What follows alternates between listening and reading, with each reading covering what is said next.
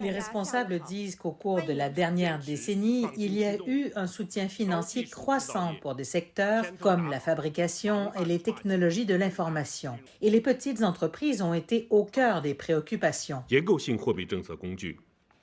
Nous avons adopté de nouveaux instruments structurels de politique monétaire qui ont donné de bons résultats. Plus particulièrement, en réponse à l'impact de la Covid-19 sur les petites et micro-entreprises, la Banque populaire de Chine a introduit 2 outils de politique monétaire. Ceux-ci ont aidé les moyennes, petites et micro-entreprises à effectuer des paiements différés d'une valeur de 1 900 milliards de dollars américains. Nous avons aussi accordé des prêts forfaitaires de 1 500 milliards de dollars américains à ces entreprises. Les responsables affirment de plus que le secteur financier a fermement soutenu la réduction de la pauvreté en Chine. De 2016 à 2020, près de 1 500 milliards de dollars américains de prêts ont été alloués à des programmes de réduction de la pauvreté, ce qui, selon eux, a contribué à améliorer les conditions de vie de plus de 300 millions de personnes.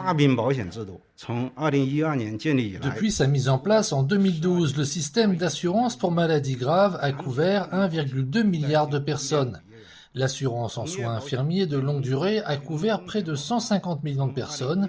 L'assurance agricole pour les résidents ruraux est passée de 130 milliards de dollars américains en 2012 à 650 milliards de yuan en 2021. Les responsables allèguent aussi qu'au cours de la dernière décennie, la Chine a intensifié ses efforts dans la cession des actifs non performants des petites et moyennes banques, car elle se concentre principalement sur les services financiers pour les petites et micro-entreprises, ainsi que sur l'agriculture, les zones rurales et les agriculteurs.